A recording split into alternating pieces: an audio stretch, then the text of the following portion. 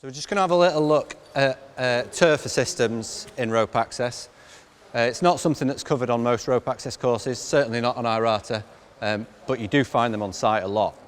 So we've got a horizontal Tirfor system with a double rope backup system. So the big problems with Tirfors with your deflected angles is you get a very high load. So we've said with ropes in the past, if you put 100 kilos in the middle, or the force that you put in the middle, generally the ropes will stretch, so you never get a very high angle. So the maximum really you can get with the ropes is 160 degrees, 100 kilos in the middle, so 300 at each end, split over 2 ropes. And then if you put a double rescue load on, it'll stretch like that. Problem with Tirfors is, steel system doesn't stretch. So it's really important when you're rigging them that we're going off lifting slings, shackles, you know, big, beefy structural steel, all right? At the minute, I've got this rigged on carabiners just because the shackles wouldn't fit through the load cell. So I'll just make this loose, just so we can see. So we've got 80 kilos on, and we've currently got 332 kilos of force, or mass, going through this Tirfor system. So this is, safe working load, this system is 1 ton. It's a 1 ton cable, all right? So we've moved our 80 kilo technician to the middle of the Tirfor. The load has gone up significantly, all right? It's not deflected, it's actually increased. So we've now got 5.1 kilonewtons on this system with only 1 person on it, all right? So I'm going to have to go and get him now.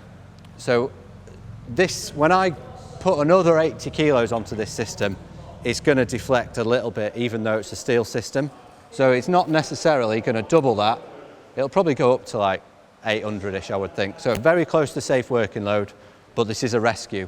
This is not an ideal situation. Come out to my casualty. So before we had, when it was just him on, we had 500 kg on a 1 ton Tirfor. It's now got me on it as well. So I'm 80, roughly, been slimming down a bit. And he's 80.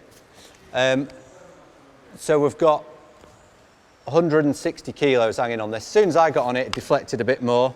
So it's now got 8.6 kilonewtons on it, not 5. So I still want to be distributing the load between this and this, if possible. And then ideally, I can just lower him off onto me, all right? What I don't want to have to do is get into this position and start counterbalancing. So grions are a lot better. So I've come across on I've just got 2 9s, 1 on each system, and then into 2 descenders so that I'm not got a backup, which if anything did go wrong, I don't want to be shock loading this system with the 4.5 kilonewtons through a L57 or a absorber access. So 2 descenders, 2 ropes, and then it's just, it's a level 1 rescue really. I'll just, connect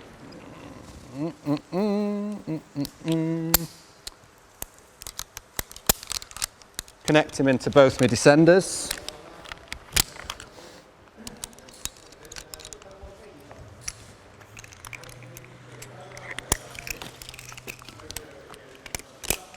Put a backup into him.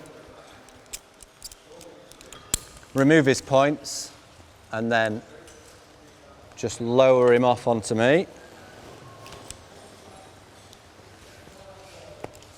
Lower him off onto me, take his grill on off. Just leave that there. So yeah, it is quite well distributed off the 2, but I was concerned about the stretch. And then we're just going to go down on 2 descenders.